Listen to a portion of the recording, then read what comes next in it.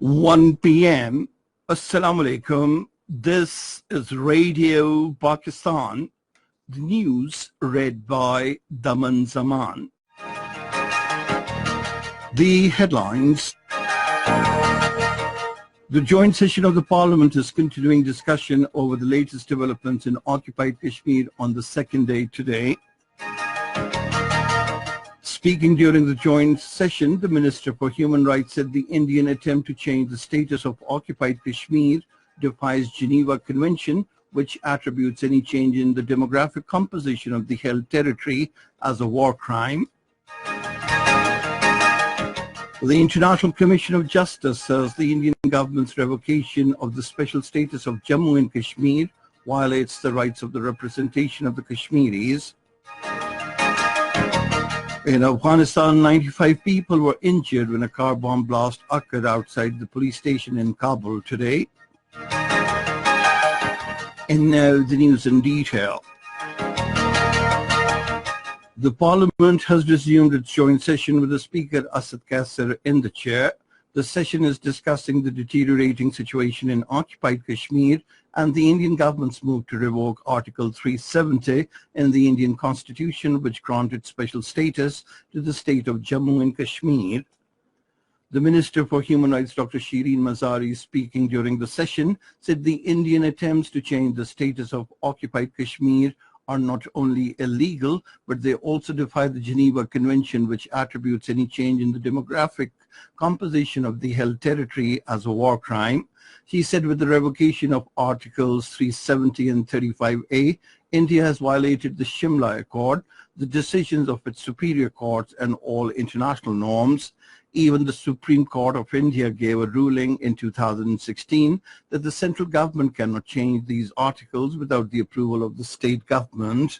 She said it is the responsibility of the international community to intervene when there is a serious risk of genocide and ethnic cleansing. An important consultative meeting chaired by the Foreign Minister Shah Mahmood Qureshi is underway at the Ministry of Foreign Affairs in Islamabad. The meeting is reviewing the prevailing critical environment in occupied Kashmir and the situation emerging after the Indian government's unconstitutional step regarding Kashmir. Senior officials of the Ministry of Foreign Affairs, including the Foreign Secretary, Sohail Mahmood, and the Foreign Office spokesperson, Dr. Mohammad Faisal, are attending the meeting. The National Security Committee meets in Islamabad today with the Prime Minister Imran Khan in the chair. The meeting has been convened in the wake of the current situation in occupied Kashmir. Prime Minister Imran Khan has constituted a 7-member committee to review political, diplomatic and legal aspects to prepare a proposed response in view of the critical situation in occupied Kashmir. The committee comprises the Foreign Minister, the Attorney General of Pakistan, Foreign Secretary, Director General Inter-Services Intelligence, the Director General Military Operations, DG ISPR, and renowned lawmaker Ahmed Bilal Sufi. Switzerland-based human rights organization International Commission of Justice says the Indian government's revocation of the special status of Jammu and Kashmir violates the rights of representation and participation guaranteed to the people of Jammu and Kashmir under the Indian Constitution and international law.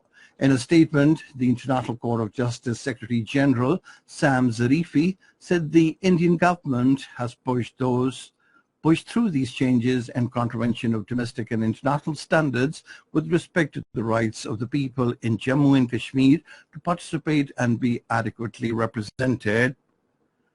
In occupied Kashmir, the communication blackout continues on the third consecutive day today as the authorities continue to snap internet and telephone links and impose strict restrictions on the media.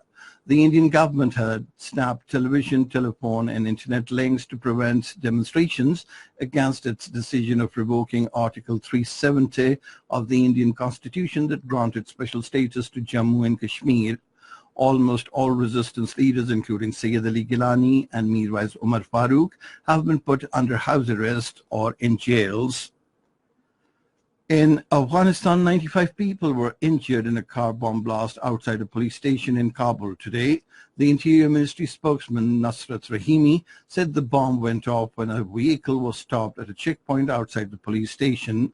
The Taliban have claimed responsibility of the blast. North Korean leader Kim Jong-un has said his country's latest launch of tactical guided missiles was a warning to the United States and South Korea over the joint military drills that began this week. Meanwhile, the spokesman for South Korea's Unification Ministry, Lee Sang-min, who handles inter-Korean ties, urged the North Koreans to stop the test and explore confidence-building measures and return to a joint military committee. And that is the end of this news bulletin. For more news and analyses, log on to our website, radio.gov.pk, and you can also watch live video streaming of our bulletins on the link, facebook.com/Radio Pakistan News Official.